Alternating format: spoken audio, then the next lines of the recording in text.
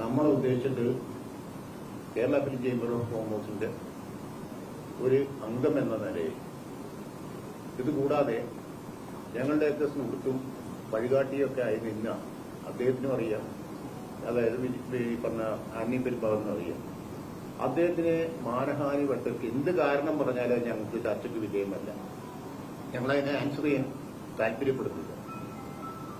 അപ്പൊ അത് കാരണം അങ്ങനെയുള്ളൊരു കുറിപ്പ് പിൻവലിച്ച് ഇവിടെ സമർപ്പിക്കേണ്ടത്. അതിന് ഒരാഴ്ച സമയം കൊടുത്ത് ഇവിടുന്ന് ലെറ്റർ പോയി ഒരു മെമ്പർ എന്ന നിലയിൽ നമുക്കത് ചെയ്തേ പറ്റൂ.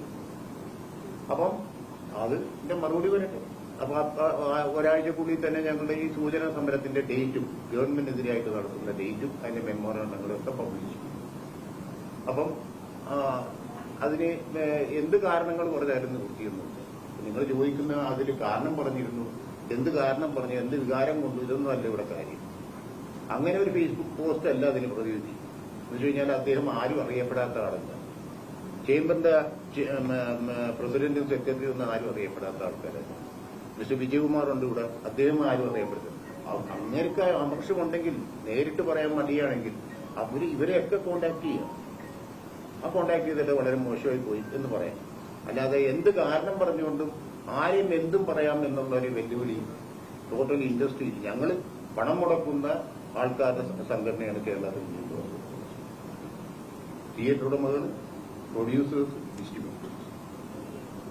അപ്പൊ അവരെ ചോദ്യം ചെയ്യണമെന്നുണ്ടെങ്കിൽ അങ്ങനെയുള്ള ആൾക്കാരെ ചോദ്യം ചെയ്യട്ടെ. അല്ലാതെ ഇതൊരു ശരിയായ നടപടിയായിട്ട് പൊതുവെ ആർക്കും തന്നെ തോന്നുന്നില്ല. അതുകൊണ്ടാണ് കാരണം കാണിക്കൽ നോട്ടീസ്.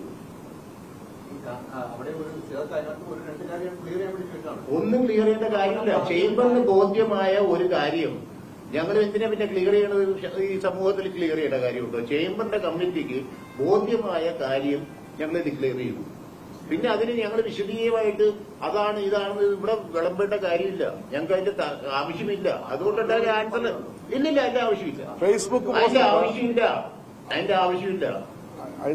ഞങ്ങൾക്ക് ബോധ്യമായ ഒരു കാര്യത്തിൽ ഞങ്ങൾ എന്തിനാ മറ്റുള്ളവരെ അതിലാക്കണം? ഞങ്ങളുടെ പ്രസിഡന്റും സെക്രട്ടറിക്കും മറ്റുള്ള അഫിലിയേറ്റ്സിനും ഒക്കെ ബോധ്യമായ ഒരു കാര്യം ആ കുറിപ്പ് എല്ലാവരും കണ്ടതാണല്ലോ. പിന്നെന്തിനാ നിങ്ങൾക്ക് അതിനെപ്പറ്റിയുള്ള വിശദീകരണം അദ്ദേഹത്തിനോട് പോയി ചോദിക്കും? അതല്ലേ ശരി.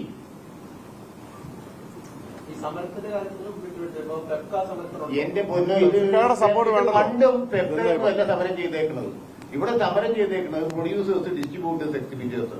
കേരള ഫിലിം ചേംബർ ഓഫ് കോമേഴ്സിന്റെ ചരിത്രം പഠിച്ചാൽ അറിയാം എങ്ങനെയൊക്കെയാണ് ഇവിടെ സമരം നടന്നേക്കണേന്ന്. ഞങ്ങൾക്ക് ചെറുക്കയും വേണ്ട, അമ്മയും വേണ്ട, ആരും വേണ്ട സമരത്തിന്. ഇവിടെ കളിക്കാൻ തിയേറ്റർ ഇല്ല, പ്രൊഡക്ഷന്റെ ആളില്ല എന്ന് കണ്ടു കഴിഞ്ഞാൽ പിന്നെ ആരിട്ട് ഷൂട്ട് ചെയ്യും, ആരിട്ട് നടത്തും. അങ്ങനെ ചെയ്യുന്ന പടങ്ങളെ പറ്റി നമുക്ക് വിലയിരുത്താം. പിന്നെ ഇപ്പോഴല്ല അതിനെപ്പറ്റിയൊക്കെ ഒരു വെല്ലുവിളിയായിട്ട് മുമ്പോട്ട് പോകുന്നുണ്ട്.